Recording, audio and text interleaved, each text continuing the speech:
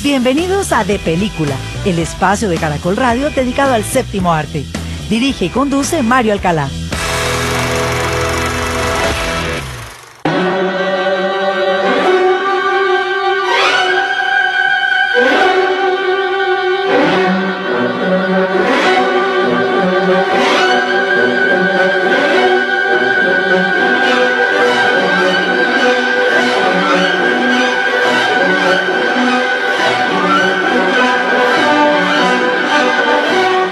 Muy buenos días a todos los oyentes de Caracol Radio en Colombia y en el exterior. Los saludamos en este domingo 14 de febrero del año 2021 y a partir de este momento comienza De Película de Caracol Radio, el espacio del Grupo Prisa dedicado al séptimo arte, porque la sala de cine que abre más temprano en Colombia es De Película de Caracol Radio. Todos ustedes, nuestros amables oyentes, nos pueden seguir escribiendo a nuestra cuenta de Twitter @caracoldepeli o lo pueden hacer a través de caracol.com.co/depeliculanable con el programa. Y allí, además de dejar sus comentarios, sugerencias y opiniones, también tienen a su entera disposición nuestros programas completos, sin cortes, sin interrupciones, para que los escuchen a cualquier hora del día en nuestra plataforma a la carta, o lo pueden hacer a través de los podcasts que están en Feedburner, iTunes y Spotify.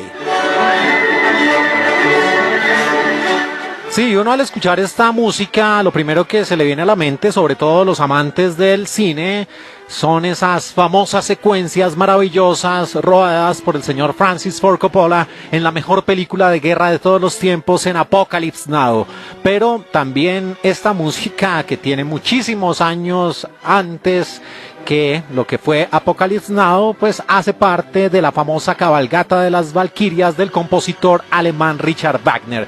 Y es que en este fin de semana, aquí en De Película de Caracol Radio, más compañía, hemos estado en este Top 40 recorriendo a través del cine la música clásica, esa majestuosa, excelsa, exquisita música que es para los expertos, pero que nosotros los neófitos reconocemos ciertas melodías y nos acercamos a los grandes maestros a través del cine, como lo hemos hecho en producciones como Coco Chanel, Igor Stravinsky, Giuseppe Verdi, también Mahler del 74, Ludwig, y hoy iremos del 20 al 1. Con más compositores, más música, más historias, donde también aparecen instrumentos como el violín y el piano y todo con la música clásica como telón de fondo. Y mientras escuchamos esta cabalgata de las Valquirias, les recordamos que ustedes nos pueden seguir escribiendo a nuestra cuenta de Twitter @caracoldepeli. Así que comenzamos, vamos con nuestro lugar número 20 de películas que tienen que ver con la música clásica.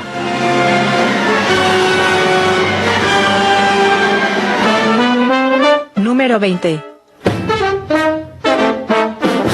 Con una promessa di matrimonio che non intendeva mantenere, non ebbe difficoltà a sedurre la ragazza, ancora lontana dalla maggiore età. Seduzione diabolica, stupro di una minorenne indifesa, brutalità a sangue freddo. Questo demonio incarnato, come lo definisce il pubblico ministero, è un vecchio disgustoso e senza scrupoli che ha incantato il mondo e sedotto un'infinità di donne.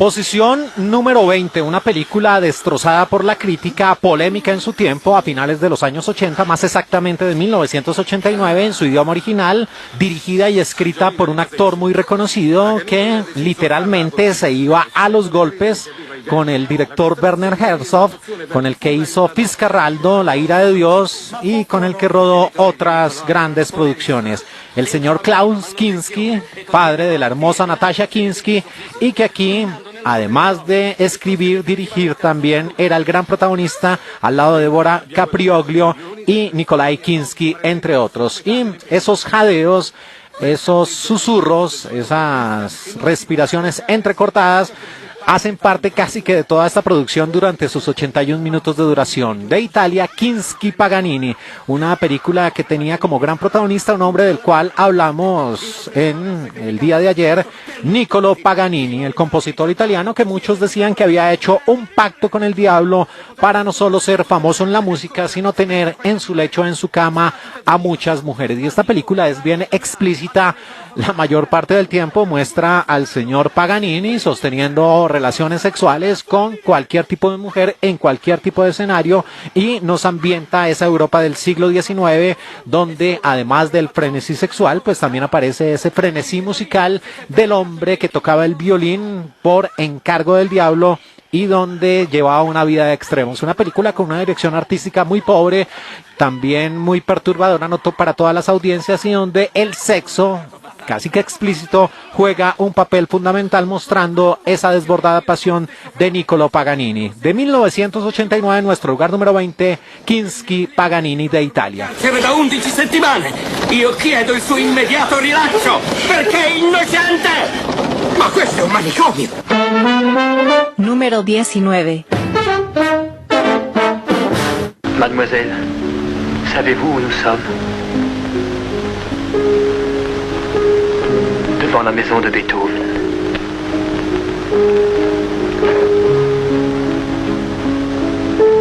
Il sait tant de choses, et nous ne savons rien. Il passera beaucoup d'eau sur les ponts du Danube, avant que les hommes comprennent ce que ce génie aura créé. Entrons une minute. Oh non. Sí. Con estos viejos sonidos viajamos a 1956 con nuestro lugar número 19, una película francesa, Sinfonía de Amor, o La Sinfonía de Amor, de 95 minutos de duración, de Francia, escrita y dirigida por Glauco Pellegrini. En el reparto aparecía Claude Ledoux y Marina Bladi. Esta coproducción entre Francia e Italia de Imperial Film nos llevaba fuertes cargas de drama. También bajo el modelo del biopic, nos retrataba la vida a color de Franz Peter Schubert, un compositor austriaco de principios del romanticismo, un hombre influenciado y que para muchos continuaba la obra de Ludwig van Beethoven, y que nació un 31 de enero de 1797 en Viena, Austria, muriendo un 19 de noviembre de 1828 en Viena, y muestra este biopic la obra como este hombre, entre otras cosas, pues compuso las sonatas para piano, también ese viaje de invierno, también fue muy cercano a la religiosidad, componiendo música sacra, óperas, y este hombre pues estaba dentro de ese grupo de compositores que no tenían el reconocimiento como otros grandes, que tenía apenas un círculo muy pequeño, que asistía a sus recitales, a sus conciertos, y que su fama vino décadas después de su muerte. Esto lo muestra esta película, donde también hace alusión a una época bien difícil que tuvo cuando se debatía entre el amor de dos mujeres y el amor por la música clásica. De 1956, nuestro lugar número 19, Sinfonía de Amor, Sinfonía de Amor.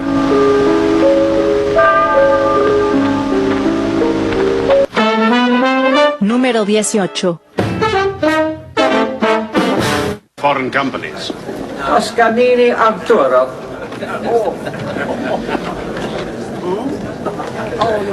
Arturo Toscanini, Yes, sir. born farmer, now aged 18, winner of the Barberini First Prize, principal studied cello, additional studies piano composition, vocal coaching, dedicated, ambitious, blah blah, blah blah blah, blah blah blah. Bla, bla, bla. Llegamos a la posición número 18 con una película italiana de 1988, Il Giovanni Toscanini, de 120 minutos de duración. En la dirección, uno de los grandes que nos abandonó hace poco, el gran maestro Franco Zeffirelli, que tenía en el reparto a la preciosa y fascinante Elizabeth Taylor, a un muy joven John Rhys Davies, un hombre que estuvo en algunas de las entregas de Indiana Jones. También aparecía Franco Nero, un gran actor italiano que tuvo aquí problemas de paternidad en los años 80, si no estoy mal, o los 90, donde una mujer pues lo acusaba de haberla embarazado y no responder por su hijo afroamericano. Y también aparecía en el reparto Valentina Cortesi, y el maestro Franco Zeffirelli en el Giovanni Toscanini nos retrataba la vida de ese hombre que escuchamos ahí de fondo, del cual hacían referencia Arturo Toscanini, un director de orquesta italiano considerado por los expertos como uno de los más importantes de la historia reciente de la música clásica. Nacido un 25 de marzo de 1867 en Parma, murió en 1957 en los Estados Unidos de América, y esta película muestra cómo en 1866 este músico Arturo Toscanini va a Brasil, a ese gran país suramericano, para la representación de la ópera Aida de Verdi, y allí conoce a Nadine, el rol a cargo de la preciosa Elizabeth Taylor, una mujer que también está involucrada en el mundo de la música, que se desempeña como soprano. Y allí, además de la música, pues también va a verse tentado por una joven misionera que está pues dedicada a los pobres. Y allí el propio Arturo Toscanini va a sentirse atraído por dos mujeres muy diferentes y, al igual que en nuestra posición anterior, tendrá que decidir entre la pasión por la música o entre estas dos mujeres. El maestro Franco Zeffirelli la dirigió en 1988, nuestra posición número 18, Il Giovanni Toscanini. Not to the music of Vivaldi, sir, which is what I came here to play. May I remind you where you are? Well, I thought I was at La Scala. Número 17. Caballeros, el señor Claude Eastman. ¿Creen ustedes que me acompañe a ofrecer una serenata a su hermosa esposa Daniela? Eso no es lo que me acaba de decir en la cocina. Denme un violín. Damas y caballeros, el mejor director de orquesta del mundo y el peor violinista de este club, el señor Claude Eastman.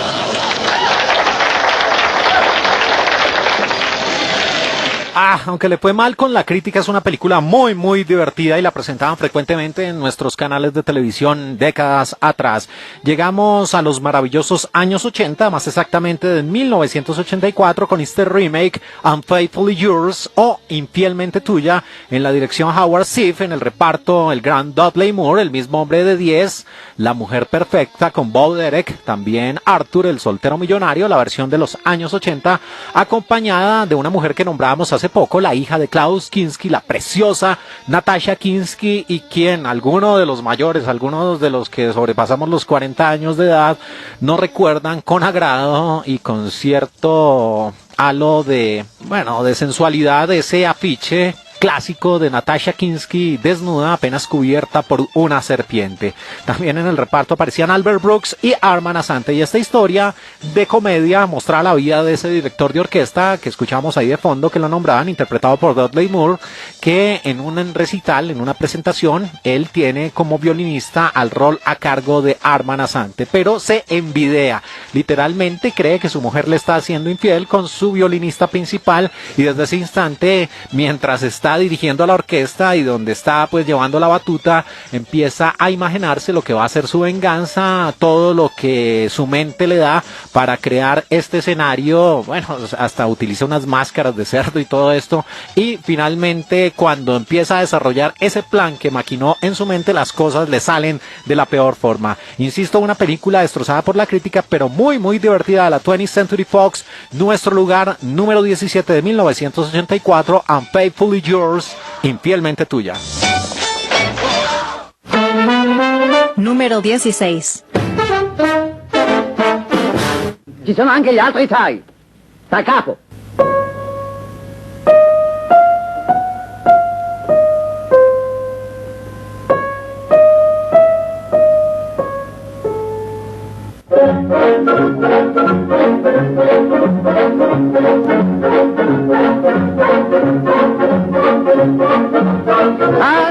Top 16, ya habíamos hablado de este largometraje en nuestro top de la semana anterior acerca de los pseudo documentales o los mockumentaries, y también cabe perfectamente en este top 40 acerca de la música clásica, con el maestro Federico Fellini, que en 1979 y con 70 minutos de duración en la dirección y en el guión, con la música de Nino Rota, nos entregó Prova d'Orchestra, ensayo de orquesta, una película protagonizada por Francesco Aluigi, Filippo Trincaya y Baldwin Bass.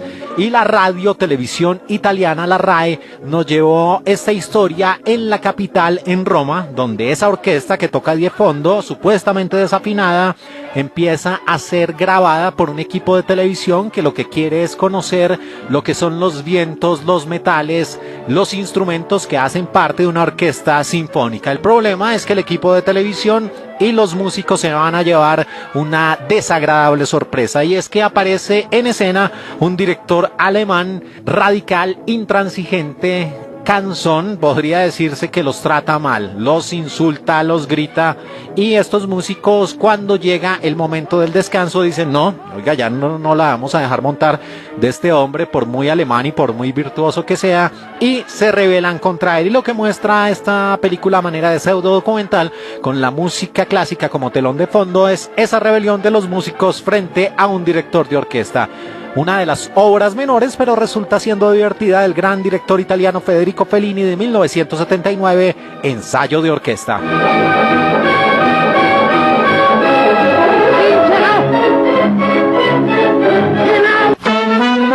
Número 15.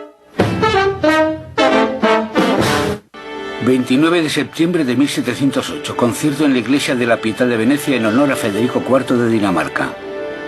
Vivaldi toca separado de sus músicos, sus alumnos de la institución. La mayoría de ellos son internos y no tienen autorización para salir del orfanato.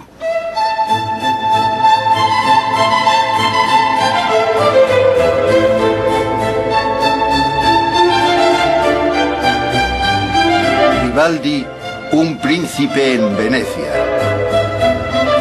Continuamos aquí en De Película de Caracol Radio, la sala de cine que abre más temprano en Colombia en este domingo 14 de febrero del año 2021, y seguimos adelante en este top 40 de esta música celestial, maravillosa, excelsa, descollante, la música clásica, y viajamos con los sonidos a través del tiempo al año 2006 con nuestra posición número 15, Antonio Vivaldi, un príncipe en Venecia, un film francés escrito y dirigido por Jean-Louis Guillermo. En el reparto aparecía Stefano Dionisi y Michel Serrault, y Vivaldi Productions paradójicamente nos llevaba a esa época que escuchamos ahí en el español, a la Venecia del siglo XVIII, donde aparece el señor Antonio Lucio Vivaldi, conocido como Antonio Vivaldi, un compositor, violinista, también un profesor que también, como escuchábamos ahí de fondo, era muy dado a tocar con sus alumnos, a pesar de que la sociedad de esa época no veía con buenos ojos que apenas niños estuvieran detrás de los instrumentos en estas composiciones mágicas.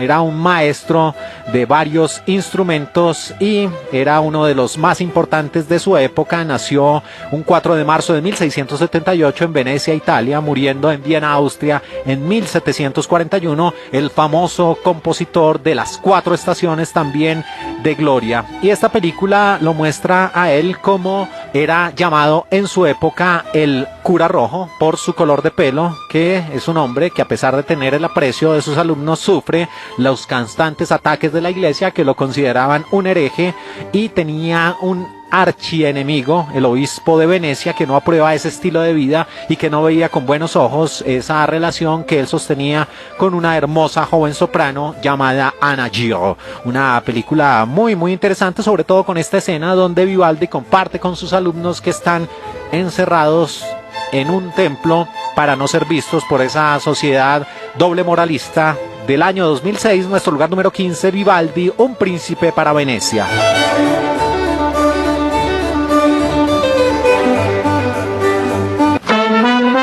Número 14. Bach. Espera. Me gustaría enseñarte otra cosa. Siéntate. Mi querido Bach, escucha esta humilde melodía.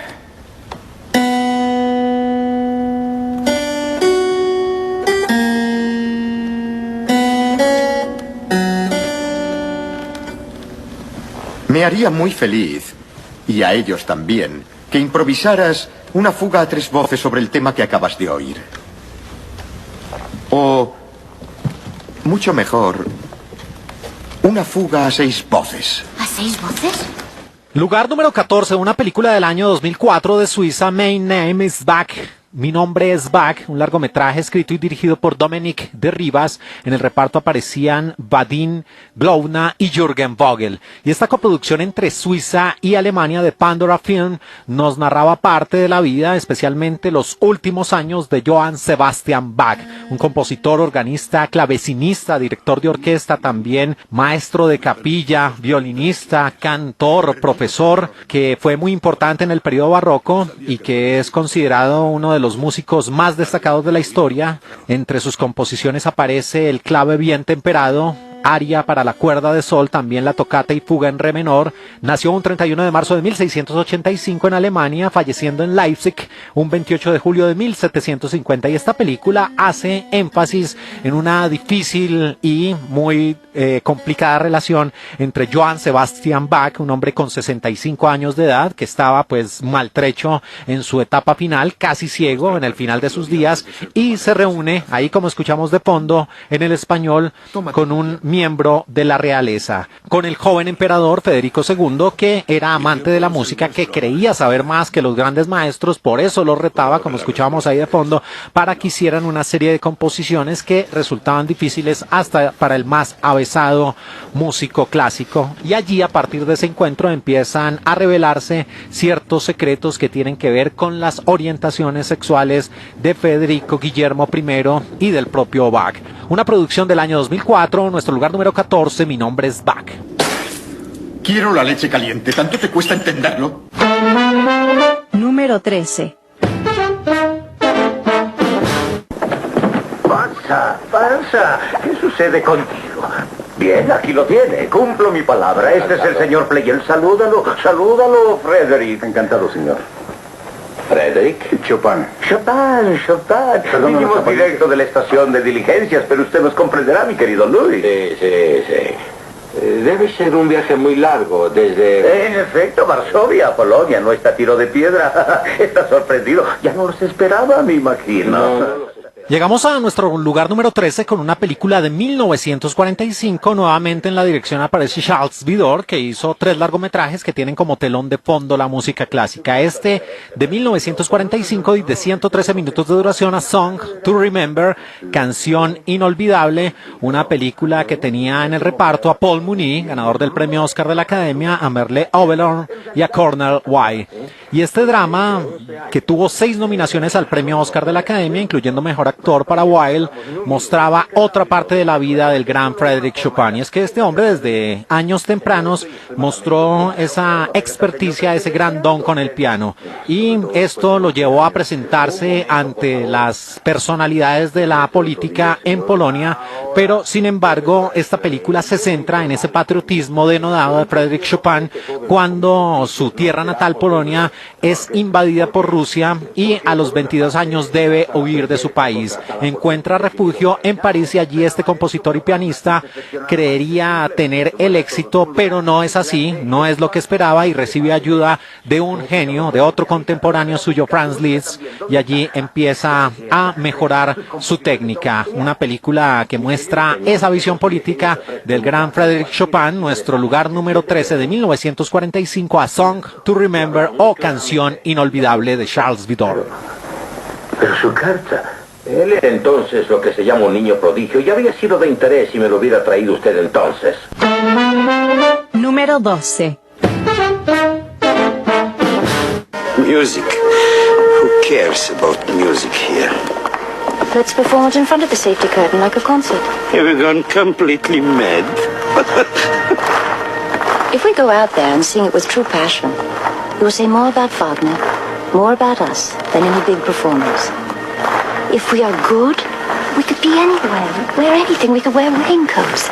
Top número 12, viajamos a 1991 con los sonidos en su idioma original. Este film del Reino Unido, escrito y dirigido por István Szabó, y la voz que escuchábamos ahí de fondo pertenece a una mujer que la Academia le debe ya, después de tantos años de magistrales papeles, ese gran y anhelado premio Oscar. Se trata de Glenn Close, que en compañía de María de Medeiros nos llevó la historia de Meeting Venus, una película de la Warner Bros. Que en medio de la comedia, el drama y el romance mostraba la historia de un director de orquesta que es contratado para que en la Ciudad Luz, en París, dirija la ópera de Richard Wagner titulada Tannhäuser. Y este hombre, cuando llega a esa capital de Francia, se ve enfrentado a una serie de obstáculos para poder realizar ese trabajo, esa presentación.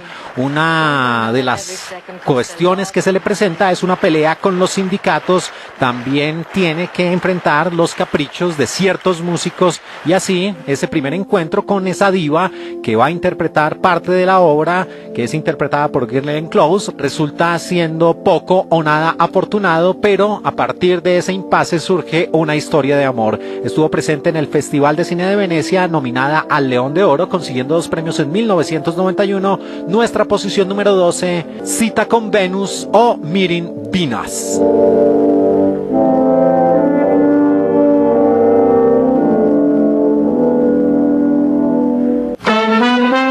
Número 11.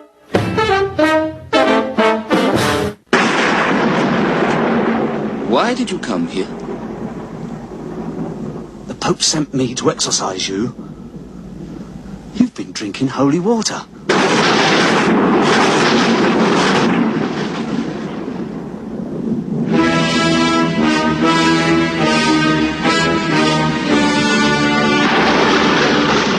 En la posición número 11 llegamos a una ópera rock, a una obra referente que causó gran sensación por allá en los años 70. Llegamos a 1973 con esta producción titulada Lisztomania, y la película es protagonizada nada menos y nada más que por uno de los hombres emblemáticos de The Who, el señor Roger Daltrey, que alguna vez estuvo en Colombia y que él interpreta a Franz Liszt, a ese famoso compositor, un hombre que además fue virtuoso pianista, director de orquesta, profesor de piano, un compositor austrohúngaro nacido un 22 de octubre de 1811 y muerto en 1886 en Alemania. Y esta película lo que plantea es algo que muchos nos hemos preguntado. ¿Qué pasaría si esos grandes compositores de todos los tiempos de la música clásica, como Mozart, como Beethoven, como el mismo Liszt, hubieran sido rockstar, estrellas de rock, así como lo fueron en su tiempo Su Majestad Led Zeppelin y bueno, en fin? Y este compositor y virtuoso pianista pues empieza a vivir esa vida de rockstar lleno de escándalos, con mujeres vestidas de época haciendo las groupies y teniendo una serie de affairs, de romances, de one night stand y de todo tipo de cosas, causando la ira de la Santa Iglesia y del propio Papa, que desautorizaban y veían en este compositor Franz Liszt una figura diabólica. Un trabajo musical extraordinario a cargo de Roger Daltrey, que tenía como telón de fondo la música clásica mezclada con el rock. De 1973, de culto, Lisztomania, posición número 11. Hacemos una pausa y ya regresamos aquí en De Película de Caracol Radio, más compañía.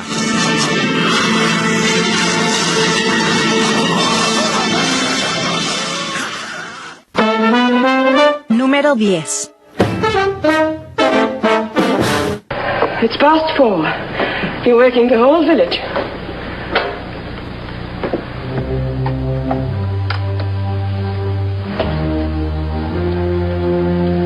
I hope you found this very entertaining. Perhaps you'll now leave us alone. Are you coming home, Franz? Continuamos aquí en De Película de Caracol Radio, la sala de cine que abre más temprano en Colombia en este domingo 14 de febrero del año 2021, y seguimos adelante, avanzamos en este Top 40 que tiene como telón de fondo la maravillosa y exquisita música clásica. Y con estos sonidos viajamos a través del tiempo hasta 1960 con el film de los Estados Unidos titulado originalmente Song Without End o Sueño de Amor, codirigido por George Cukor y Charles Vidor. Nuevamente Charles Vidor hacía una puesta en escena acerca de la música clásica, pero al decirles que es codirigido es que infortunadamente durante el rodaje de esta película en 1960 falleció el maestro Charles Vidor y la obra la terminó George Cukor. En el reparto aparecía Su Majestad Dirk Bogarde, acompañado de Capuchin y de Patricia Morrison. Y esta biografía cinematográfica con tintes de drama y que nos trasladaba al siglo XIX mostraba la vida del compositor austrohúngaro Franz Liszt, un hombre que para muchos revolucionó la forma de concebir la música clásica. Esto le trajo bastantes problemas. Decía que estaba él un poco traicionando el legado de los grandes maestros. Nació un 22 de octubre de 1811, murió en 1886 y entre otras cosas pues también este film muestra sus difíciles relaciones sentimentales. Una película que en 1960 recibió el premio Oscar a Mejor Banda Sonora Original. De 1960 la producción Sueño de Amor, nuestro lugar número 10, la vida de Franz Liszt. Número 9. Toast, if I may. I've missed you this pre-season break.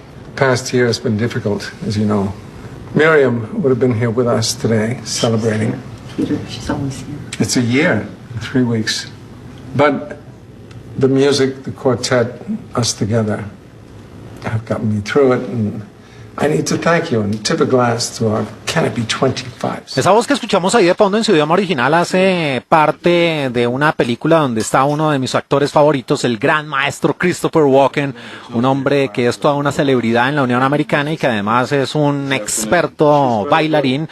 Prueba de ello lo tienen ustedes en un video de Fat Boy Slim, donde este hombre pues hace muestra de sus dotes como bailador. Y llegamos al año 2012 en la posición número 9 con esta película A Lake Quart o El Último Concierto, un film de los Estados Unidos de 105 minutos de duración, dirigido por Jaron Silverman, y además del maestro Christopher Walken, ganador del Oscar de la Academia, aparecía otro ganador del Oscar ya infortunadamente fallecido, Philip Seymour Hoffman, en compañía de dos mujeres sensacionales, Catherine Keener e Imogen Poots. Y RKO Pictures en 2012 nos llevó esta producción que muestra la historia de un cuarteto que tras 25 años de estar juntos, de recorrer varios escenarios, de cosechar grandes éxitos y reconocimiento a nivel mundial, deciden cada uno probar suerte por su lado, pero deciden reunirse para lo que podría significar un último concierto para darlo en la ciudad de Nueva York.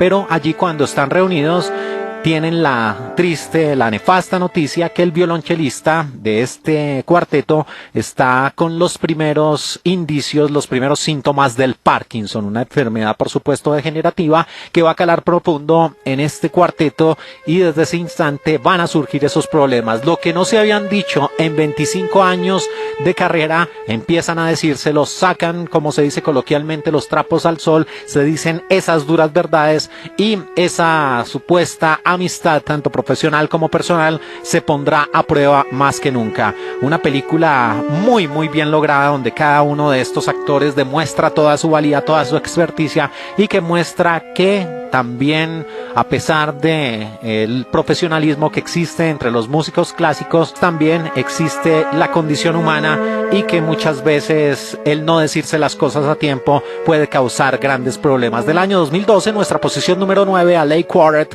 o El Último Concierto. Número 8. La última venta de la noche, lote número 72, en el panel ahí. La estrella de la noche. ¿Y dónde está? El último violín de Niccolò Busotti, 1681. Una obra maestra de la época de oro. Y si nos diera el placer, ahí está ya, lote número 72. El llamado Violín Rojo. Ahí está el título de la película que ocupa en nuestro conteo la posición número 8 de 1998. A pesar de que no le fue bien con la crítica, es una película muy interesante y que mantiene a la audiencia ahí pegada a la silla o a la cama en su defecto. De Canadá, de 130 minutos de duración, y del 98, Le Violon Rouge, El Violín Rojo, dirigida por François Girard.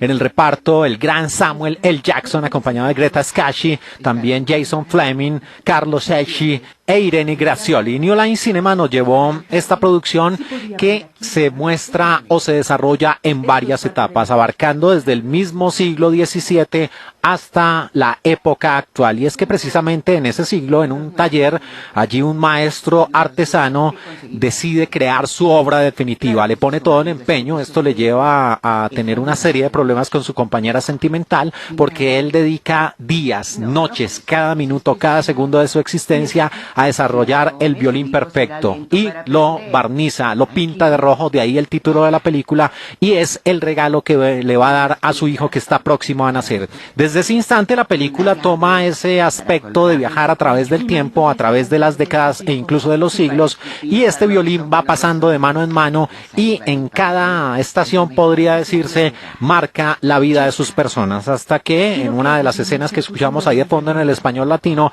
es subastado a unos precios astronómicos, donde aparece como uno de los postores el personaje interpretado por Samuel L. Jackson. En 1999 el Violín Rojo fue ganador del Oscar a Mejor Banda Sonora Original y se convirtió en un homenaje al compositor John Corigliano, un músico estadounidense nacido en 1938 y que ha tenido premios incluyendo los Grammy. Una película muy bien lograda de 1998 que no le fue bien con la crítica. En nuestro lugar número 8, The Red Violin, El Violín Rojo.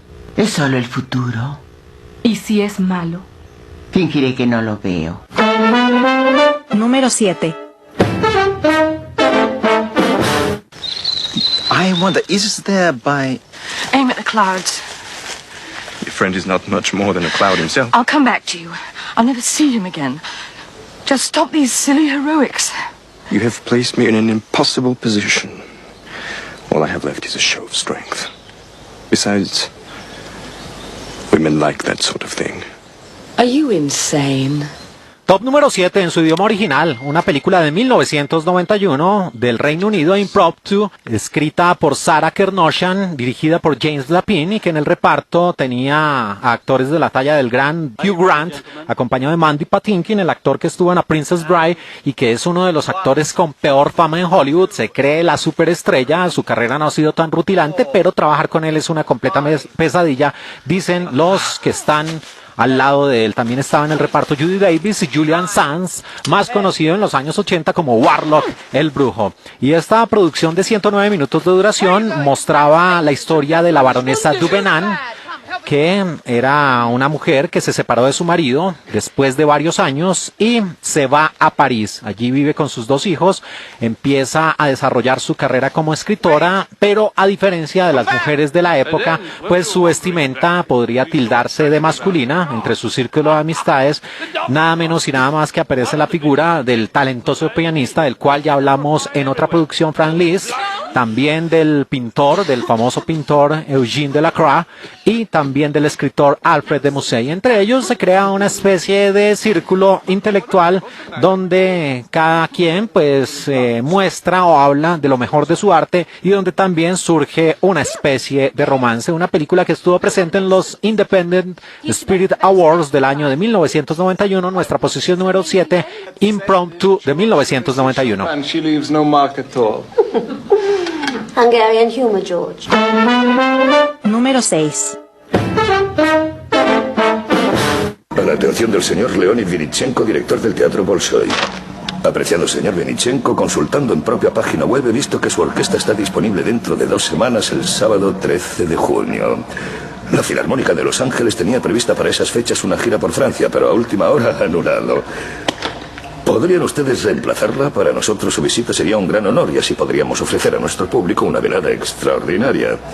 Se trata de una invitación oficial. Podríamos mantener una conversación telefónica pasado mañana a las 16 horas, horario de Moscú, si le parece bien. Posición número 6, una película del año 2009 que fue todo un hit, funcionó muy bien en las salas de cine de nuestro país en esa época, una producción de Francia, Le Concert, el gran concierto o el concierto. En la dirección y en el guión aparecía Radu Mihailuniu, en el reparto aparecía una mujer y creo que desde ahí empezamos a amarla, fue uno de sus grandes papeles, empezó a despuntar como una de las grandes estrellas, después trabajaría al lado de Quentin Tarantino, la preciosa rubiecita de mirada dulce Melanie Laurent.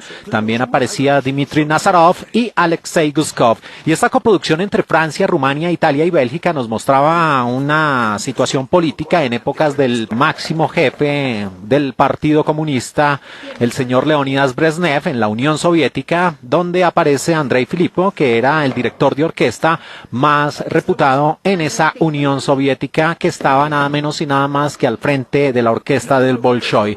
Pero este hombre fue destituido porque él se negaba a despedir a los músicos judíos, aquí con una clara conducta antisemita, y allí estaba Sasha, su mejor amigo. Este hombre 30 años después se dedica exclusivamente a las labores de aseo. Tristemente, un director de orquesta termina limpiando los recovecos de los grandes escenarios y allí sigue trabajando para el Bolshoi. Pero por esas vicisitudes que da la vida y por andar fisgoneando, por andar buscando supuestamente lo que no se le ha perdido, recibe un fax donde, como escuchamos ahí de fondo en el español, se invita al Bolshoi a que dé un concierto en un país de Europa, en Francia, en París, y este hombre decide reunir a esa vieja escuela, a esos mismos músicos judíos, y allí se encuentran con una talentosa música, el rol a cargo de Melanie Laurent, y ellos van a tratar de cubrir dos frentes. El primero, reunir a toda la banda y tratar de dar ese gran concierto, y por el otro lado, huirle a las autoridades soviéticas que los persiguen como si fueran unos traidores a ese gobierno. Maravillosa producción del año 2009, nuestro lugar número 6, Le Concert, el gran concierto. ¡Se divirtió haciéndolo! Nadie ha podido salir 2 veces de una dictadura comunista. Sasha, ¿quieres volver a tocar el violonchelo? ¿O prefieres conducir una ambulancia toda tu vida? Número 5. Ludwig van Beethoven, el hombre que heredó y aumentó la fama inmortal de Händel y Bach, de Haydn y Mozart, ha dejado de existir.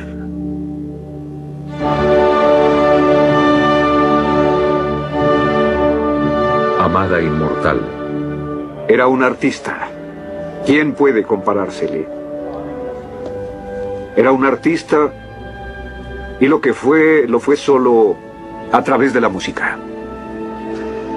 Las espinas de la vida lo hirieron profundamente. Por eso se sujetó con fuerza a su arte.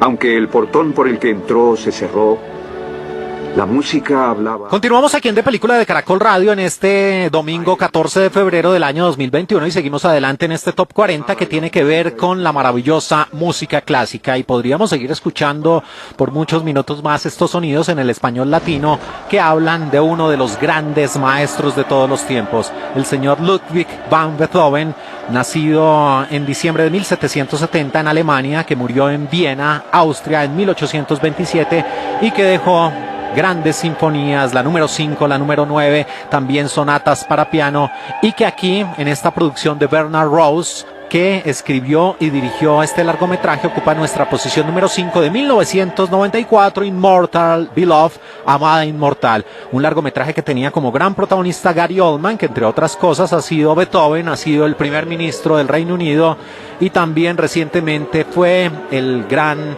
Herman Mankiewicz en la película Mank.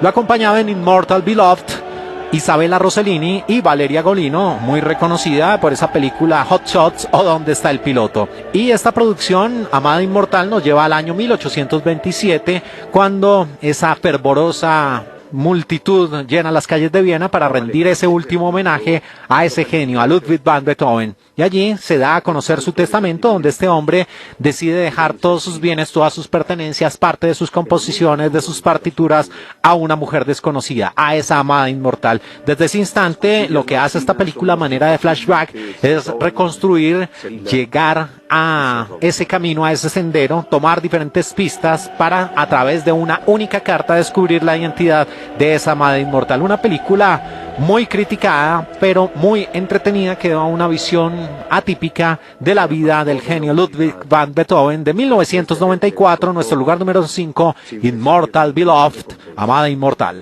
Vivió solo, porque no encontró un ser como él. Así era, así murió, y así vivirá por toda la eternidad. Número 4. Su copia corregida, maestro. Querida niña, ¿qué es esto? La copia corregida que le pidió al señor Schlemmer esta mañana. La pidió hoy en la mañana. Ah, sí. Pobre Schlemmer. Espero que venga, le debo una disculpa. No, está muy enfermo. Él me envió. ¿Qué dices? ¿Enfermo? Bueno, gracias. Estoy trabajando, como ves, sin duda, lo oíste. La capota ayuda a concentrar el sonido. Las vibraciones. Siento las vibraciones. Posición número 4, una película del año 2006 de los Estados Unidos de América dirigida por Agnieszka Holland, de 104 minutos de duración, Coping Beethoven. En el reparto aparecía el gran Ed Harris, el mismo hombre que también ha tenido diferentes papeles que tienen que ver con personajes de la vida real y con las artes. Fue Jackson Pollock en el biopic de ese excéntrico pintor, y también fue Ludwig van Beethoven. La acompañaba en el reparto la preciosa mujer divina Diane Kruger, también Matthew Good y Nicholas Jones. Y esta coproducción entre los Estados Unidos, Alemania y Hungría de Myria Pictures nos llevaba a otra parte de la vida de Beethoven, y allí conoce a esa Coping Beethoven, a esa mujer que le ayudaba a él con las partituras, a la joven Anna Holz, interpretada por Diane Kruger, una mujer que aspira a ser compositora, que por supuesto no tiene la genialidad, la maestría, la experticia del maestro Beethoven, pero que por lo menos es bien receptiva y quiere aprender del maestro. El problema es que, como escuchamos ahí de fondo en el español latino, se muestra de manera acercada a la realidad los problemas de audición que sufría el maestro Beethoven y cómo él sentía la música a través de otras partes de su cuerpo. Él, a pesar de la reticencia que siente al principio por esta mujer, empieza a abrir su corazón, abrir su mente, y así inicia una relación que va a cambiar la vida de estos dos personajes. Presente en el National Board of Review del año 2006, una película también ampliamente criticada. Decían que era una versión extremadamente familiar de la vida de un genio de la música clásica, Coping Beethoven, del año 2006, posición número 4.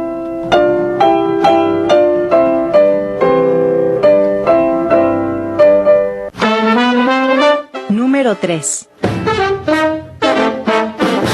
Deberíamos llevar otra maleta solo con zapatos. Mamá, llegó Vladek. Gracias a Dios, Vladek. ¿Estás herido? No, es una ligera cortada, no es nada. Me has tenido muy preocupado. Le dije que no se preocupara, traías tus papeles. Si te hubiera caído una bomba, te hubieran encontrado. Henry, no digas esas cosas. No digas esas cosas. No encuentro nada. Dios te perdone. Papá, llegó Vladek. ¿Qué te dije? ¿Qué están haciendo? ¿Alguien parece mi sombrero de ala ancha? Nos bombardearon, estamos incomunicados. Varsovia no es la única estación de radio. Empaca, querido, empaca tus cosas. Llegamos al top 3 con una extraordinaria película, ampliamente laureada en la década de 2000. Llegamos al film del Reino Unido dirigido por Roman Polanski, ganador del Oscar de la Academia, de 148 minutos de duración, El pianista. En el reparto, Adrian Brody, con todos los méritos, con toda la suficiencia, consiguió el Oscar de la Academia Mejor Actor Principal por esta interpretación. En el reparto también aparecían Emilia Fox y Jessica Kate Meyer. Y esta coproducción entre el Reino Unido, Francia, Polonia y Alemania de RP Productions nos llevaba la vida de Vladislav Spellman, un pianista polaco, compositor, memorialista y uno de los sobrevivientes al terrible holocausto durante la Segunda Guerra Mundial.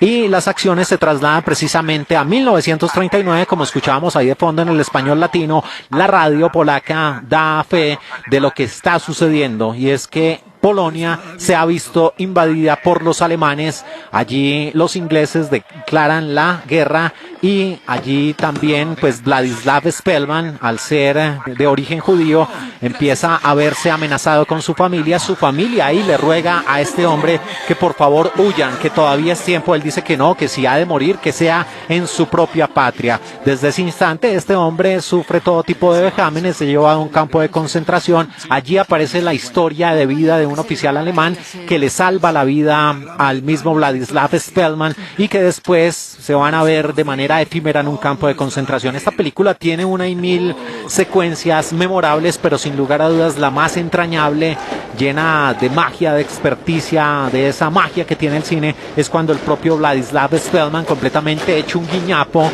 hambriento, famélico, se sienta ante un piano de ruido y lo que hace es imaginar que está tocando esas famosas melodías. Y después esta película termina con esa presentación que dio el mismo Vladislav Spellman, tratando de encauzar esas reclamaciones que hacía el pueblo judío después del Holocausto. Una película ganadora de 3 premios Oscar de la Academia, incluyendo Mejor Director, Mejor Actor para Adrian Brody y Mejor Guión Adaptado, de las 7 nominaciones que tuvo. Maravillosa producción, muy recomendada del año 2002. Nuestro lugar número 3, El pianista. De 2.000 zlotys en su casa. ¿Qué se supone que debemos hacer con el resto? Depositarlo en el banco. en una cuenta bloqueada. ¿Bancos? ¿Quién es tan idiota para depositar dinero en un banco alemán? Número 2. Soy David, Tony. David, ¿qué te parece? Hola, David. ¿Puede ayudarte, Silvia? Silvia, ¿eres Silvia? Silvia, es un placer, Silvia. Súper, ¿verdad? Pregunto, ¿quién es Silvia? ¿Qué podemos hacer por ti, David? Ayudarme, ¿cómo? Tengo que callarme. Es un problema, ¿verdad? No, tranquilo, tú cuéntame, Silvia, ¿por qué has venido? Bueno, es un misterio. ¿Te has perdido? Me he perdido, puede que ¿Sí? sí. Me he perdido. ¿Qué te parece? ¿Estudió el piano, sí? Lugar número 2, otra sensacional producción, esta australiana de 1996, también presente en los premios Oscar de la Academia, Shine, Claroscuro, escrita y dirigida por Scott Hicks, protagonizada magistralmente por el señor Jeffrey Rush, acompañado de Armin Mueller-Stahl, que también hace un papel de esos detestables con un realismo fantástico, pero es una muestra de lo que no deben hacer los padres con los hijos. También aparecía Lynn Redgrave y Nicholas Bell. Y este drama estaba inspirado en la vida de un hombre de la vida real, David Helgoff, un pianista australiano nacido un 19 de mayo de 1947 y que tiene ya 73 años de edad. Él nació en Melbourne, Australia. Y esta producción muestra la vida de ese niño prodigio que al principio pues su padre ve cierto talento, pero eso se convierte en un arma de doble filo porque este hombre empieza a exigirle, a convertir su vida en una completa pesadilla, a exigirle la perfección para que tocara las partituras de Rachmaninoff, hasta el punto en que a regañadientes lo lleva a estudiar en la Royal College of Music, y allí David Helgoff empieza a luchar contra esos fantasmas del pasado hasta ver cómo su salud mental se ve comprometida y cómo esa presión que le ejerció su padre durante toda su vida hace que este hombre tenga esos problemas de comportamiento que incluso le dificulta el habla, y allí la música será la única capaz de salvarlo, y la cercanía con personas que lo ven como un virtuoso, pero como un hombre al que no hay que exigirle la perfección. Una producción maravillosa que ganó premio Oscar de la Academia Mejor Actor Principal para Jeffrey Rush. De las 7 nominaciones que tuvo en 1996, se trata de Shine, Claroscuro, nuestro lugar número 2. ¿Qué vas a tocar? Disculpe, Chopin, la polonesa. Sí. Número 1.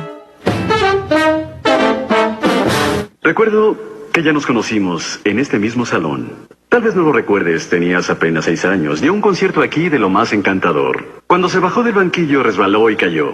Mi querida hermana Antonieta lo levantó y ¿sabéis lo que hizo? Saltó a sus brazos y le dijo: ¿te casas conmigo, sí o no? Esa risa estridente hace parte de los sonidos en el español latino de nuestro lugar número 1. Una producción ampliamente galardonada. En 1984, el ya fallecido Miloš Forman nos entregó Amadeus, de los Estados Unidos de América, de 158 minutos de duración, que tenía como grandes protagonistas a Tom Hulce y al gran F. Murray Abraham, interpretando al maestro Antonio Salieri en un papel descollante. Y este drama nos llevaba al siglo XVIII, llevándonos parte de la vida de Wolfgang Amadeus Mozart, un hombre nacido un 27 de enero de 1756 y que murió en 1791 en Viena en extrañas circunstancias. Y parte de lo que nos muestra esta película, y precisamente esta escena que tenemos de fondo, es como ese joven genio Wolfgang Amadeus Mozart pone en ridículo a Antonio Salieri, el músico más destacado de la corte del emperador José II de Austria, y allí desde ese instante empieza esa rivalidad, esa envidia que carcomía a Salieri, hasta el punto de crearle unos fantasmas imaginarios a Mozart, que había recibido el encargo por parte de su majestad de componer una de sus obras maestras. Una producción ganadora de 8 premios Oscar de la Academia, incluyendo Mejor Película, Director, Actor para F. Murray Abraham, guión adaptado. Impresionante adaptación de la obra de Schaffer, que mostraba una visión de ese famoso músico imponente que fue el compositor del Requiem, de la Flauta Mágica, de la Sinfonía número 40 y de un sinnúmero de obras que lo hicieron uno de los más grandes músicos clásicos de toda la historia, y que fue inmortalizado en el cine con nuestro lugar número 1, el maravilloso largometraje de Miloš Forman, nuestro lugar número 1, Amadeus, de 1984. No tiene que ser alemán. Podría ser en turco si usted así lo quiere. Y así llegamos al final de una edición más de Película de Caracol Radio, el espacio del Grupo Prisa dedicado al séptimo arte, la sala de cine que abre más temprano en Colombia, recorriendo la música clásica a través de este Top 40, por supuesto, vista a través del mundo del cine. Esto es un mundo de expertos, de personas de conservatorio que han dedicado grandes años de su vida analizando y escuchando a los grandes maestros. Pero el cine es una buena forma de acercarse para nosotros los neófitos a la excelsa, la maravillosa música clásica. Nuestra cita es el próximo fin de semana para conectarnos una hora de 4 a 5 de la mañana con este mágico mundo del cine, siempre aquí en De Película de Caracol Radio, más compañía.